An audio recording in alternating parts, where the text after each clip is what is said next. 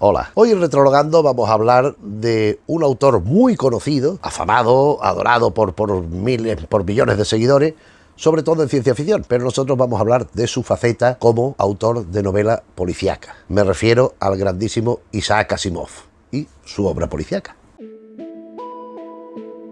Isaac Asimov yo creo que no necesita presentación.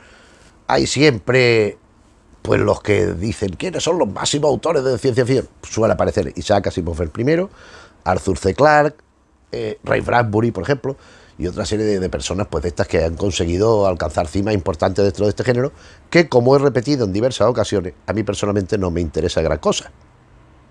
De hecho, no me ha llegado a fascinar, salvo algunos casos pioneros. Aquí hablamos, por ejemplo, en un vídeo sobre los pioneros de la ciencia ficción en España, con Carrere y otra gente por allí, y alguna cosita más. Eso sí me ha interesado, en tanto implica de experimentación, de vanguardia, de inventiva, pero ya lo demás me parece un poco cansino y un poco reiterativo, repetitivo, unas cosas y otras, aunque sean muy distintos. Reconozco que son muy distintos y que a lo mejor, pues bueno, cada uno tiene sus tendencias, y a mí la ciencia ficción no me termina de entusiasmar, vamos a decirlo.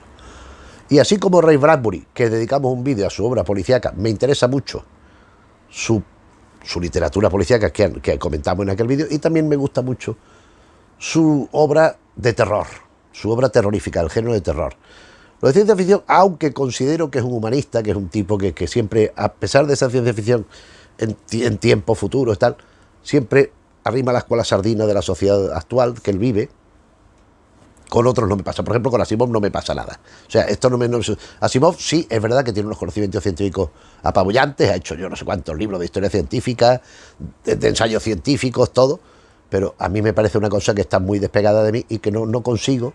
Mis limitaciones imaginarias, pues imaginativas, no imaginarias, imaginativas, o sea, las limitaciones de mi imaginación me impiden hacer un correlato exacto de lo que él pretende. Sí, las leo y las puedo comprender, los cuentos y las novelas, porque son infinidad, yo no sé en cantidad de libros ha publicado este hombre, pero no me termina de llenar.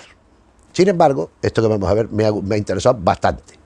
También se dice que Asimov no es el más literario de los autores. Es verdad, no es el autor, literalmente hablando, más propio, más cuidadoso. Sin embargo, en las peripecias y la estructuración de la historia es muy interesante. Reiterativo, como digo, porque esto no tiene más remedio, incluso en la ficción policíaca, pero es muy interesante y tiene aportaciones, en mi opinión, muy notables. Yo debo decir que Asimov, a mí me obligaron en el instituto, en segundo de BUP, que entonces se llamaba BUP, a leer una cosa, un viaje alrededor del Sol. Después, en otra ocasión, no sé por qué razón, leí algo de la Fundación, no recuerdo si los tres o alguno, pero ya digo que es que no me terminaba de convencer. Pero bueno, ¿qué vamos a decir de Asimov? Asimov es un titán en la literatura de ciencia ficción, es quizás el autor más grande, tiene una obra inconmensurable, y por lo general, yo creo que esto que vamos a ver de la policíaca, en ese sentido, es un paralelismo perfecto, porque en general el resultado, la calificación que obtendría sería buena, pero tampoco es precisamente muy regular.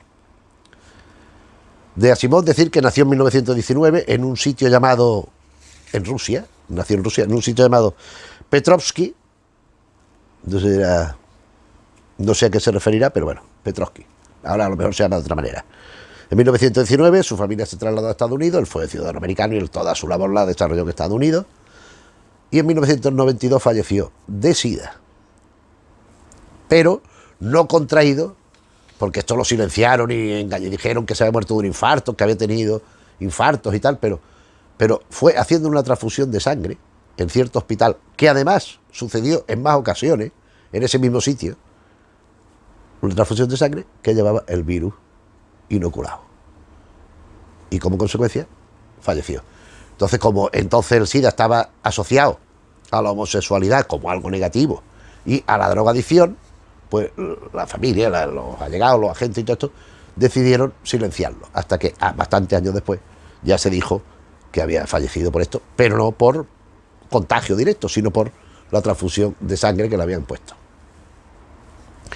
Él fue bioquímico, le estudió bioquímica, además doctorado, como no se cansaba de decir. Es un personaje muy peculiar. Yo en estas obras que vamos a referir, hace muchas alusiones a sí mismo, incluso se pone de personaje en una de las novelas, en otras no paran de referir tu amigo Asimov, no es amigo mío, yo lo conozco, pero no. Y después hablan de que él llevaba un ejemplar de la enciclopedia británica para enseñar a la gente, mira, la entrada donde lo ponían que él estaba en la enciclopedia británica con no sé cuántos, y sobre lo que publicaban. ¿Cuántos libros tienes publicados? 173, pero tengo 3 en imprenta, 2 que me están corrigiendo, 2 que estoy escribiendo y tengo prometido otro dentro de 3 meses que todavía no he empezado. Una cosa terrible, un disparate, ¿no? Pero bueno, ahí está su obra inmensa, pues con títulos, he mencionado algunos, pero habría más, Yo Robot, yo que sé, mucho. Pero nosotros nos vamos a centrar en esta faceta policíaca que yo desconocía, yo no sabía que existía, porque ya digo que es que a mí este género no me dice nada, o me dice muy poco, y cuando leí uno de los tomos integrales de Natacha, Walter mostraba que se escribía con un Asimov, y a Walter por lo visto le interesaba mucho la ciencia ficción. Le dijo, ¿usted ya nada más que se dedica al género policíaco? Y Asimov le contestó, y venía reproducida la carta de Asimov, y decía Asimov que sí, que estaba dedicando en los últimos tiempos a a la novela policíaca, detectivesca en particular, pero él se definía como un autor de ciencia ficción, que es lo que más seguía cultivando, lo que más había cultivado durante toda su vida. Pero esa alusión a la novela policíaca, y sabiendo que es un autor, pues con garantías, pues dije, oye, pues vamos a ver qué tiene. Y tiene lo que vamos a ver a continuación. Esto es lo que está traducido. Lo que no está traducido son secuelas de algunas de las que vamos a ver, ya lo comentaré en su momento, pero no tienen un inmenso interés. Por lo menos por lo que a mí me alcanza. Decir, en principio, que yo me hice con esta edición de los cuentos completos, que no son completos naturalmente, son 2 tomos, así, uno como casi que el doble que el otro, que naturalmente no son, para que fueran completos tienen que tener por lo menos otro viaje de páginas como esto, o más. Aquí en el primer tomo no hay ninguno, yo este libro no sé por qué los compré. En el primer tomo no aparece ninguno de género policíaco, no me llamó la atención. Sí me llamó la atención uno, que es que viene tan pequeñito que algún día, que esto es de Historia más grande, esto es el relato que da pie a la única obra de teatro que él escribió en toda su trayectoria, en toda su carrera. Pero en este segundo tomo, y esta edición porque es que habrá más, pero yo la que tengo es esta, hay unos cuantos relatos de carácter policíaco, que algunos los vamos a ver a continuación. Hay relatos policíacos, esto ahora entraremos, después de ver esta revisión así de estos 2 tomos, entraremos específicamente en lo que hay, dentro de los 2 géneros que él cultivó. Uno es el cuento enigma, el cuento de investigación, de resolver un problema, un enigma. Pues eso, de hecho, la traducción de Union Club al castellano es El Club de los Enigmas, que es el último libro, uno de los últimos que veremos, siguiendo el orden cronológico de cómo ha ido trabajando las distintas cosas. Ese por un lado, pero por otro hay la mezcla que él siempre reivindicó como propia de la unión del género detectivesco con el de ciencia ficción. Entonces hay una serie de relatos ambientados en Marte, con robots, con todas estas cosas del futurismo, de la ciencia ficción, mezclados con policíaco. Y aquí hay algunos de los 2. Las campanas cantarinas es uno de ellos, la piedra parlante, estos 2 son de tipo ciencia ficción policíaco, Pate de hígado también, aniversario ecológico también, la clave no, la clave ya es de enigma. La bola de billar y factor clave estos son enigmas puros y duros. Pero bueno, están en otros sitios y entonces esto sencillamente pues para comentar que hay esta edición, bueno, pues de estos cuentos, que no son completos ni muchísimo menos, pero bueno. Yo me he apuntado aquí, como se puede ver, un esquemita del orden cronológico de las cosas para no patinarme mucho. Y lo que se debe iniciar es con este género que digo, este hibridismo que él propone de ciencia ficción y novela policíaca. Novela policíaca entendida como resolución de un caso, aquí sí que hay asesinato, aquí hay incluso acción física de enfrentamientos y tal, pero combinado con la ciencia ficción. Y esto es muy importante. Pero sobre todo la resolución de enigmas. Y el otro ingrediente fundamental que él aporta es esa atmósfera y ese tiempo futuro inventado por él.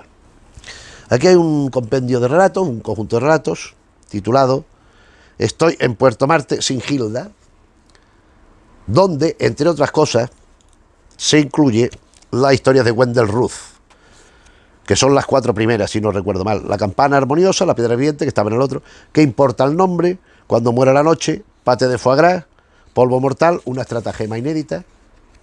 Aquí falta un relato, pero bueno. Estoy en Puerto Marte sin Gilda. Este es muy bueno también. Nota necrológica, luz estelar y la bola de billar. Que hemos visto también que estaba en el otro.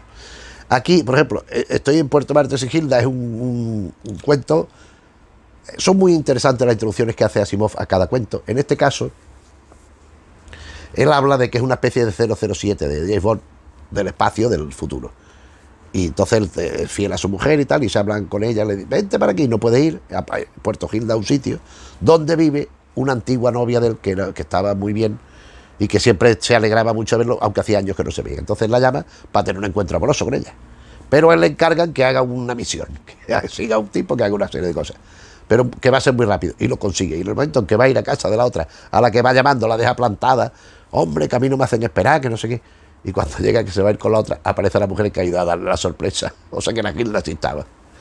No, y son relatos, y los de Wendell Ruth son unas historias donde sucede algún asesinato, alguna cosa extraña.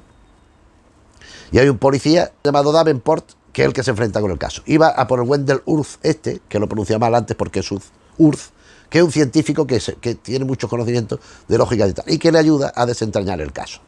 Estos son los casos de Urth. Pero bueno, vamos a dejarlo aquí, porque hay bastante materia que cortar, bastante tela que cortar, empezando por las novelas, que son de este género, que es lo primero que él hace, la primera de las novelas que vamos a ver,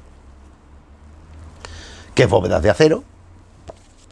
Por supuesto yo tengo estas ediciones, pero habrá otras. De algunas sé que no hay más, pero por ejemplo de esta supongo que habrá más, porque esta es una colección muy de divulgación, la biblioteca de ciencia ficción esta, Bóvedas de Acero.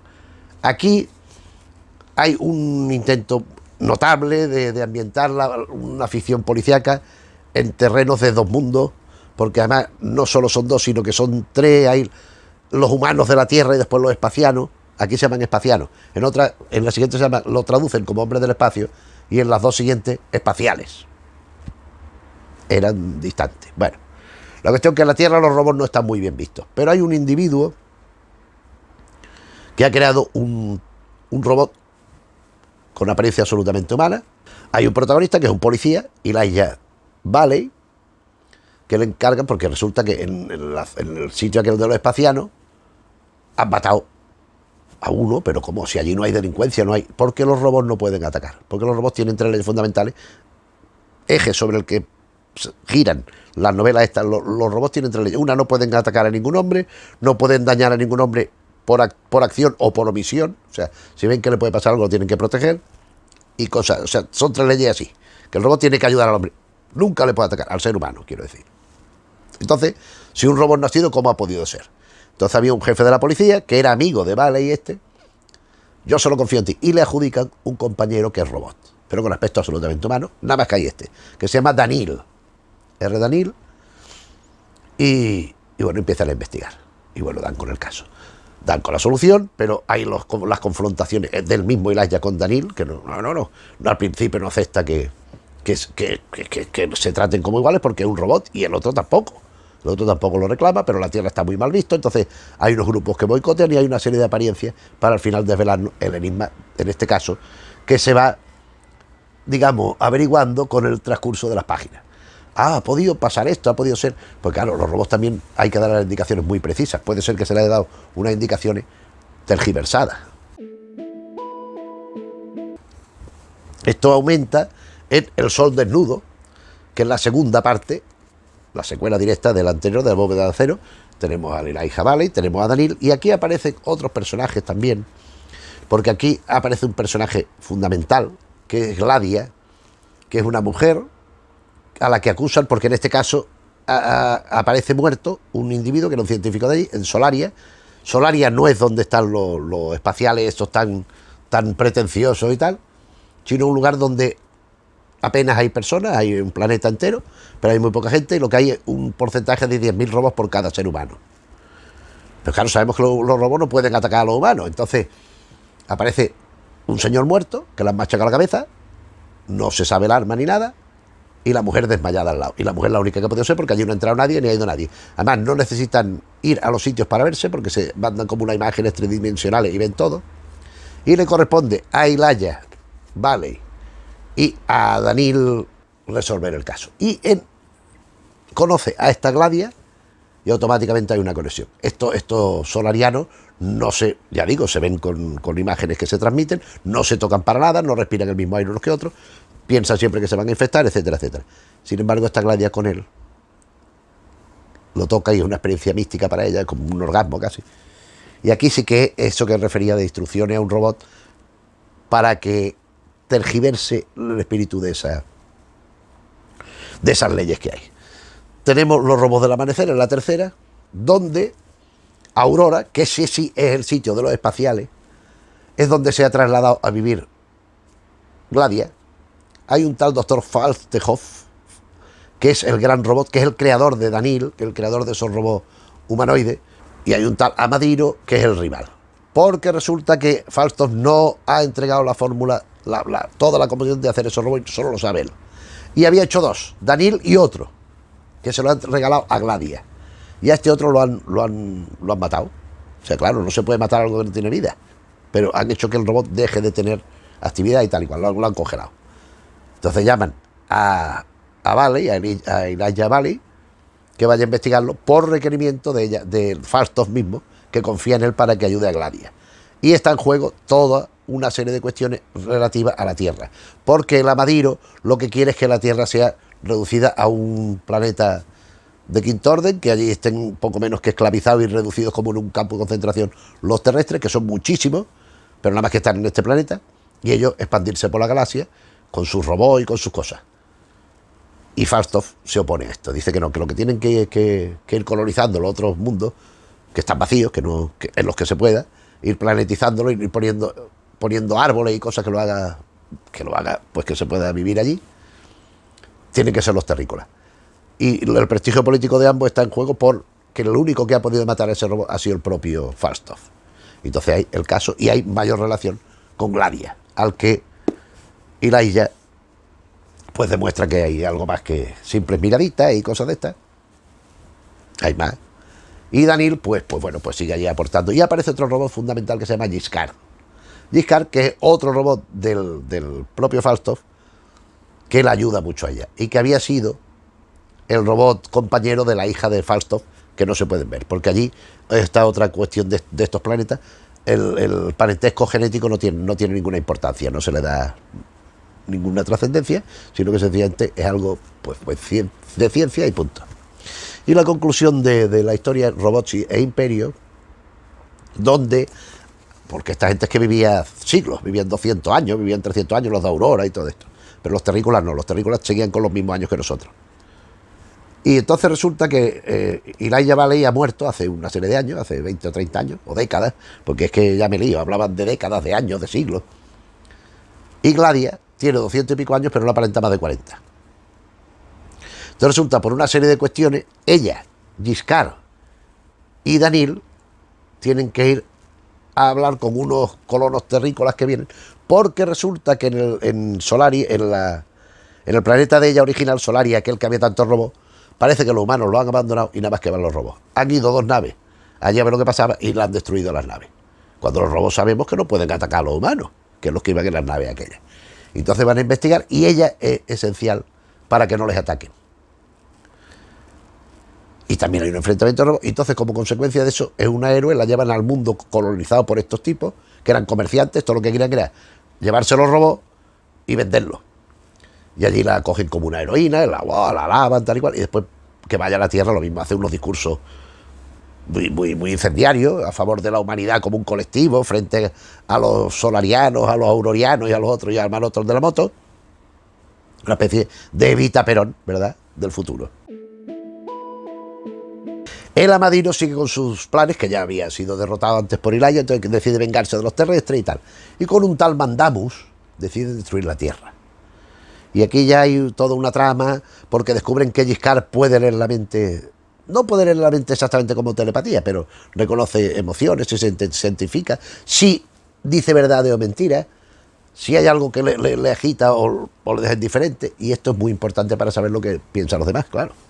Entonces hay, en fin, esta no es estrictamente policíaca, pero bueno, es el culmen de este ciclo que hemos dicho de novela.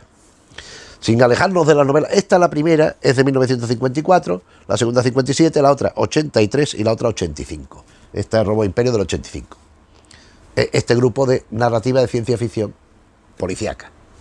Y vamos con la narrativa sin ciencia ficción, pero policíaca, básicamente, como digo, de revelar enigmas, aunque con alguna incursión va menos certera que otras cosas en novela negra. Empezando por Soplo Mortal, que esta es de 1955. Esto es una novela de género negro. O sea, esto es unos químicos. Claro, es que a mí de esta novela lo que me molesta es que Asimov está demasiado empeñado en darle visos de realidad aportando datos científicos. Pero para los que no somos químicos, esos datos científicos lo único que hacen es calentarnos la cabeza y no aportarnos nada. Porque es que es demasiado. O sea, resulta que hay un individuo que es un químico que está estudiando, va a sacarse el doctorado. El protagonista es su tutor. Y resulta que aparece muerto porque, según las apariencias, según los indicios, ha confundido una cosa de compuesto de sodio con cianuro de sodio. Entonces, los vapores del cianuro, o sea, ha cogido cianuro en vez de coger lo otro. Y se lo ha cargado. Entonces, bueno, pero este tío se ha suicidado, ha sido un accidente, es que no era muy hábil. Pero el tutor sabe que este hombre era muy cuidadoso, además no quería que nadie supiera de sus investigaciones y tal igual. Y un poco lo responsabilizan a él. Y entonces él empieza a indagar a ver qué ha pasado y empieza a descubrir cosas. Entonces descubre que, entre otras, que por ejemplo, este señor muerto no era trigo limpio porque cuando hacía descubrimientos no eran suyos, era que los plagiaba de otra gente. Hay el viejo profesor que era el mentor del tutor este y de muchos de los otros profesores y de algunos de los alumnos, que va aportando pues ingredientes, también es un personaje esencial en la historia, y bueno, pues vamos desvelando lo que ha pasado.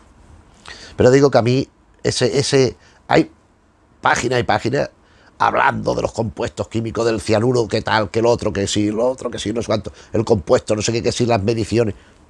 Y es que eso a mí no me dice nada, lo único que rellena páginas porque sí. Bastante mejor, en mi opinión, Asesinato en la Convención. Esto es muy divertido, esto es un juego, esto es un divertimento del propio Asimov, que es uno de los personajes. Aquí hay un escritor bajito, que todo hace alusión a que es muy bajito, que escribe pues narrativa de ciencia ficción, y hay una convención de escritores de ciencia ficción. Entonces están los editores, están los escritores, y hay uno muy importante que había sido apadrinado por el protagonista, que hizo un libro que, bueno, que él le cambió. Sí, me lo has cambiado, pues ya no quiero saber nada de ti. Y el otro se marchó y ha tenido mucho éxito. Y está anunciando el segundo libro y aparece muerto. Pero el único que lo ha podido conocer más o menos lo que ha pasado y que dependía de él un poco era el protagonista. Entonces allí habla con una mujer, tiene un romance con otra, aparece Asimov como personaje con el que habla, con lo que cuenta aquello de la enciclopedia que he dicho, y otra serie de cosas, y es muy divertido. Naturalmente al final pues se averigua lo que pasa, pues bueno, con un final pues posible, plausible, pero esta novela es bastante mejor que la anterior. Esta novela, Soplo Mortal, es de 1958, me parece que he dicho 55, es un error, es 1958, y esta otra de 1975. Esto es de Círculo de Lectores, lógicamente esto habrá otras ediciones. 1975 es su última aportación narrativa extensa al género policíaco. Y vamos con lo que es la almendra, el meollo del asunto, que son los relatos policíacos de carácter enigma, empezando por las compilaciones de los cuentos de los viudos negros, que en mi opinión son, sobre todo este primer tomo, son extraordinarios. Aquí hay que hacer aunque sea un breve paréntesis mencionando la comercialización de los cuentos en Estados Unidos. En Estados Unidos es raro un escritor consagrado sobre todo que escriba un relato porque le apetece, porque le apasiona el tema, porque tiene necesidad de expresarse. No, aquí lo hacen por oficio, por dinero. O sea, en tal revista a tanto la página, a tanto tal, la palabra, cada 100 palabras tanto, pues yo hago 3.000 palabras y me pagan tanto, y voy haciendo cada vez y me van pagando tanto. Ese es el sentido. Entonces en los cuentos, los viudos negros, es un encargo que le hace un editor del Ellery Queen Magazine, uno de los de Ellery Queen, de los de verdad, que ya hablamos de eso en el canal solamente, y le encarga un cuento y él lo hace y tiene éxito. Entonces le pide que le haga más y va cada número casi de Ellery Queen haciendo un relato de los viudos negros. En algunos tienen algún enfoque de ciencia ficción tal y los publica en otro sitio, pero bueno. Y entonces cuando reúne 12, hace un libro. Cada docena va haciendo un libro. Hace un prólogo y va comentando las circunstancias, alguna circunstancia relativa al cuento en cada historia. Los Viudos Negros resultan ser un club de gente que se reúne una vez al mes para cenar y para tener una discusión intelectual. Hay un físico, hay un matemático, hay un escritor, hay un pintor y hay un tipo que trabaja en el gobierno descifrando códigos y cosas, y hay el fundamental, que es Henry. Henry es el camarero, pero es el que a la sazón siempre resuelve todos los enigmas. Entonces aquí en el primer caso es un hombre que no podía mentir, porque aquí son 12 casos, como he dicho. La risita adquisitiva, porque es un individuo que no puede mentir. Y hay otro que tiene una serie de cosas y aparece este que no puede mentir, que ha hecho con él un proyecto y el otro se lo ha apropiado. Entonces el estafado va allí a verlo en su despacho, está solo en el despacho, cuando el otro llega, el invitado indeseado sonríe y se va. Y sabe que le ha robado algo. Y empieza a buscar y dedica todo el resto de su vida a ver qué le ha robado. Y muere sin saberlo. Y voy a decir qué le ha robado. Es el único que voy a contar. Lo que le ha robado es la paz interior. Él ha fingido que le ha robado algo y no le ha robado nada. Y ese señor, que no puede mentir, que está con esto tal, es Henry, el camarero, que es el inefable, pues que da con las soluciones a todos los casos. Entonces el planteamiento es que viene un invitado, que el anfitrión cada mes toca uno, son rotativos el cargo de anfitrión, y cada uno trae un invitado. Entonces, a cambio de la cena, una cena opípara, maravillosa, los otros miembros le pueden preguntar lo que quieran y tienen que contestar, con la regla de que allí lo que pasa allí no sale de allí. Es confidencial absolutamente, y hay temas de todo tipo. Hay algunos cuentos que están muy bien, y esta primera entrega sobre todo son asuntos, hay de latrocinio, hay de códigos, hay de tal, pero son como eso. ¿Cuál es el producto del robo? La paz interior. O sea, ya es algo peculiar. Pues estos son todos bastante peculiares. Sigue, no, las variaciones son mínimas, son de la peripecia de cada cuento, no nos podemos entretener ellos, ya quisiera yo, pero no, más cuentos de los Viudos Negros, que es la segunda entrega en orden cronológico. Aquí hay un relato muy, muy interesante, es el último, El crimen supremo, donde hay una especie de resolución de casos tipo Sherlock Holmes, porque un individuo que quiere entrar en los irregulares de Baker Street tiene que hacer un ensayo sobre Sherlock Holmes. Y aquí hay una crítica a Agatha Christie, hay crítica a Conan Doyle y hay una serie de cuestiones relativas a Sherlock Holmes que está muy bien. Porque es que, no lo he dicho, pero también es que los Viudos Negros son muy inteligentes, pero tienen mucho sentido común y aportan soluciones. Después es muy divertido porque hay uno que protesta, hay uno que siempre se enfrenta a lo que dice el otro, hay uno que siempre está bosqueado. Y en el segundo, en este más cuentos de los Viudos Negros, algo que después volverá sobre ello, es muy interesante, habla de que el concepto de los Viudos Negros lo ha tomado inspirado de el Club de las Arañas Tramperas, al que él pertenece. Y una serie de personajes que después nos dirá en el último tomo de esto. Y hacen algo parecido. Entonces él no copia lo que pasa allí, pero sí ciertos caracteres de los personajes y tal. En cualquier caso, son muy vitales y muy distraídos. Como también el archivo de los Viudos Negros. Ocurre una cosa, son investigaciones de enigmas en todos los casos, pero así como en los primeros tomos, los primeros relatos son algo más abstracto, más abierto, más genérico, cada vez se va centrando más en la cuestión del idioma. Entonces, por ejemplo, hay uno que habla ha dicho una palabra y no saben cuál es, y el Henry se da cuenta de que era Mordor. Dicen Marder, ha dicho Marder, el asesino, no sé qué, empiezan a elaborar teorías. Y entonces la mecánica es que todos los miembros estos inteligentes de los Viudos Negros van diciendo hipótesis que no pueden ser. Y cuando ya le han liquidado todas, Henry dice, no, es que el mérito no es mío, es de ustedes. Han quitado todas las imposibles, pues la que queda es la que tiene que ser.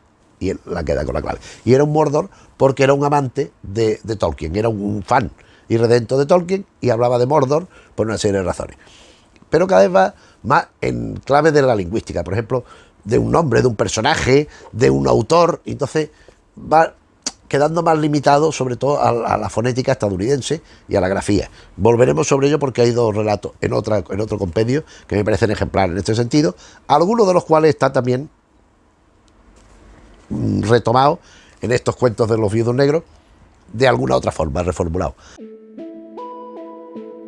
Habría una cuarta entrega, el archivo de los Viudos Negros en la tercera, Después habría otro que no está traducido al español, pero bueno, suponemos que seguirá la misma línea, y los enigmas de los viudos negros, que es la última entrega que él hizo. Hay una sexta, los últimos casos de los viudos negros, en inglés, donde solo hay 6 relatos originales y los demás son recogidos de estos que estamos viendo. Y aquí en el enigma de los viudos negros, pues nada, pues más entrega de lo mismo, cada vez más centrado en la cuestión lingüística. Van viniendo personajes de distinta índole, ¿no? Uno del Ministerio, otro de Hacienda. Pero aquí en el prólogo habla de las arañas tramperas aquellas y dice: los personas auténticas que se encuentran detrás de mis viudos negros. Lester del Rey, que era un escritor y editor muy importante del Rey. Bueno, y dice aquí el nombre del personaje, Emmanuel Rubin, en este caso Manny. Él es Sprague de Camp, estudioso, escritor también de pastiche, biógrafo de Lovecraft, del grupo de Lovecraft, de Bernard Long, de toda esta gente, de Robert Howard. Don Benson, otro. Lynn Carter, 3/4 de lo mismo. Aparte de su propia obra, los pastiches, tal. Gilbert Kant y John D. Clark. Aquí el que no está es Henry. Los demás sí son inspirados en esto. Y él no se incluye, pero también está. Pero bueno, esto en cuanto a los enigmas de los viudos negros, que es el 5º tomo, que digo, los enigmas, los puzzles en inglés, pero el 4º no está traducido. Después hay uno que aquí está traducido, la palabra clave y otros misterios. Aquí está traducido la mitad de la serie, porque son los misterios de Larry, que aquí han traducido como Lorenzo. Son unos enigmas de carácter juvenil. Es un chico cuyo padre es policía, y cuando llega a casa, pues fíjate lo que me ha pasado y tal y cual, y dice, hace alguna referencia a lo que le ha sucedido en el trabajo, y el niño le ayuda a resolver el asunto. Casos que vienen: la palabra clave, la moneda de papel, Albertosaura, el 13º día de la Navidad y un caso de necesidad. Este hay uno, no sé si es Albertosaura, que hombre, es que es demasiado evidente, o sea, es para público juvenil, pero es que a veces ya parece que los chicos, a mí estos no son los que menos me han interesado, porque me ha parecido, hay uno de un dinosaurio, pero es que el Albertosaurio, el Albert, y entonces por eso Albertosaura. El último, un caso de necesidad. Una chica muy empollona tal, y se apellidaba Ruiz, y le preguntan que quién había hecho esto, Dalí o Picasso, y dice Dalí, y saben que no, que había sido queriendo, que lo había dicho mal, porque ya se apellidaba igual que Picasso, Ruiz Picasso. Bien, y para concluir este vídeo, vamos a hablar del Club de los Enigmas. El Club de los Enigmas es la última contribución de Asimov a este género, así como los otros libros. Mira, los viudos negros empiezan en 1972, y la entrega última, que no esta, que he mostrado, sino la que trae solo 6 casos, de 1991, ya además, los 6 casos aquellos, la edición es póstuma, claro. Los misterios de Larry, estos son entre 1975 y 1977. Después hay otra serie de 5 relatos entre el 82 y el 86. Y como grupo genérico novedoso, el Club de los Enigmas, The Union Club, que se inicia en 1980. Estos son casos más cortos todavía, bastante más cortos, más breves, que los de los viudos negros, y son resoluciones de enigmas. Aquí el sistema es parecido. Aquí hay una serie de personas que se reúnen en un club, son 4, y hay uno que siempre está sentado allí, que parece que siempre está dormido, que es canoso, con bigote, que siempre está bebiendo, siempre está dormido, pero con el whisky no se le derrama ni una gota, y cuando se despierta lo primero que hace, pega un sorbito. Y ese señor, que se llama Griswold, es el dormilón, es el que resuelve todos los casos. Es un hombre con mucha experiencia, según van sucediéndose los casos, se van metiendo con él. Usted, que si no fuera por usted no se averiguaría nada del mundo, ¿no? Y el tío les protesta. Aquí son un montón de casos, son un montón. Este libro no es español, este libro es argentino. Me lo ha mandado mi buen amigo Heraclio, que cada vez que hay algún libro inencontrable me lo encuentra, no sé cómo, pero lo hace. Y aquí son pues como 30 casos. Pero yo voy a destacar 2, porque hay, sobre todo una, es maravilloso. 1 a 999. Hay un individuo. Claro, aquí plantean los casos a ver qué ha pasado. Es que es genial, ¿eh? Es que esto me parece absolutamente genial. Y también tiene que ver con el idioma, pero bueno. El hombre que era un matemático y tal, y de pronto está agonizando. ¿Pero qué ha pasado? ¿Quién ha sido de los que había allí? Que se la cabeza. Tiene que haber sido uno de estos, pero no sabemos cuál. Entonces el tío dice 1 a 999. No, deja apuntar una nota, 1 a 999, y se muere. moribundo, consigue escribir eso. Pues que puede ser, que puede ser, que puede ser. Hombre, este lo voy a contar, pero voy a contar nada más que este y otro, porque si el otro sí consigo encontrar cuál es. Y viene Henry, viene el Greenwood y le dice: ¿hay alguien que se llame en inglés Noah? El que ha propuesto el problema. Pero ¿cómo lo sabe usted? Todo puede ser. Ese es él. ¿Por qué? Es que fíjate el ingenio, ¿eh? Porque entre el 1 y el 999 en inglés no se escribe ninguno con A. No A. No EI. No A. Pero es que yo me he puesto a mirarlo y es verdad. O sea, pronunciado sí porque nine hay una A, pero escrito no. Escrito hasta thousand no hay A. El discurrir. Y después hay otro muy bonito sobre los números, también, que me parece otra cosa guapa, ¿eh? Hay una serie de números que tienen que averiguar porque resulta que hay un señor que ha dejado una serie de claves muy importantes para el desarrollo de la política, de todo, de la sociedad, en una caja fuerte, para que no lo cogiera ningún espía, una caja fuerte inexpugnable, que además se intenta forzar, revienta todo lo que tiene dentro y hasta luego Lucas. Entonces, la viuda tiene un papel que le ha dado el marido para que si le pasara algo, pudieran abrir la caja fuerte. Y se lo entrega a los del gobierno que vienen a pedir ayuda a esta gente, en especial porque saben de la existencia de nuestro amigo Griskull.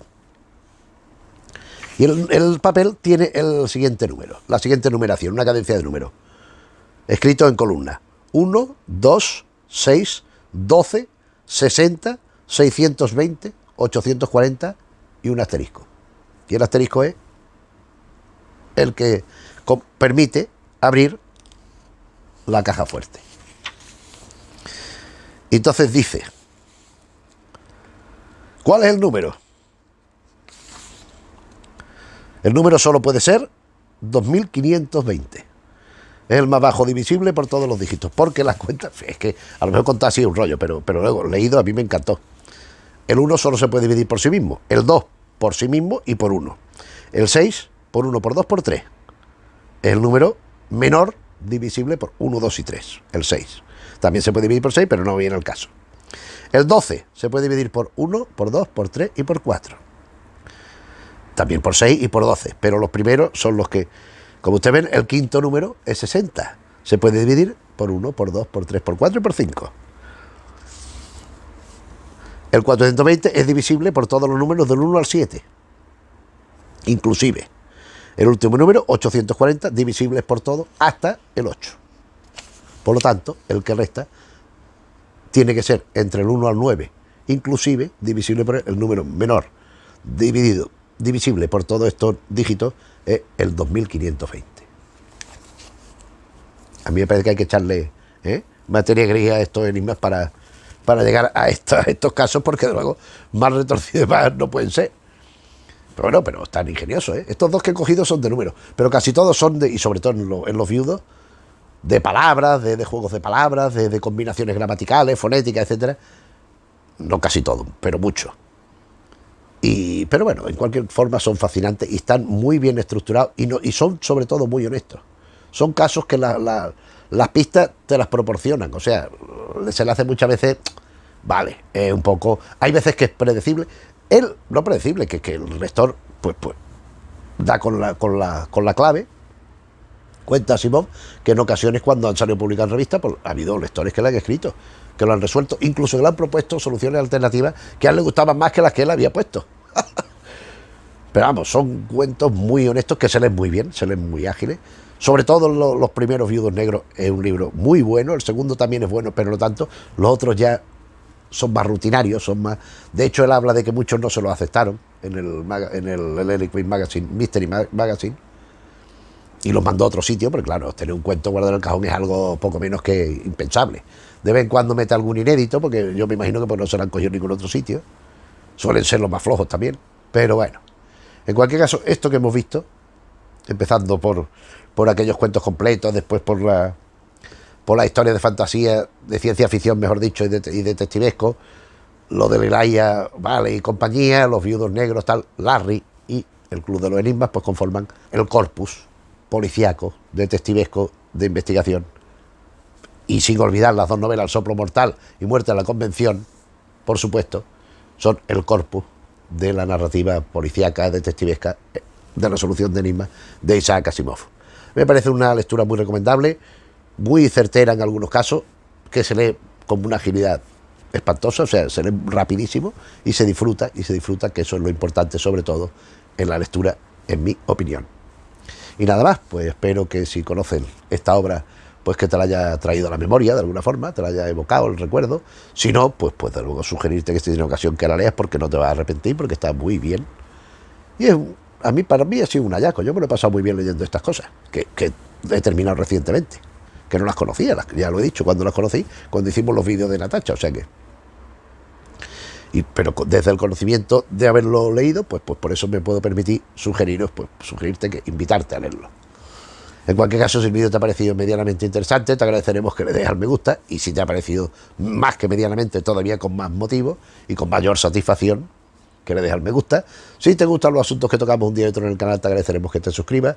Si conoces gente de tu familia, de tus amistades, de tu trabajo, de tu círculo en que te mueves, donde juega al pádel, al fútbol sala, lo que sea, puedes decirle, oye, si interesa, hombre, tampoco digo que vayáis pregonando, pero si a alguien se le ocurrió, a este le interesan los temas de cultura, tal, por lo menos le puede interesar Retrologando, pues agradeceremos que le digáis que existimos, por si también nos quieren acompañar.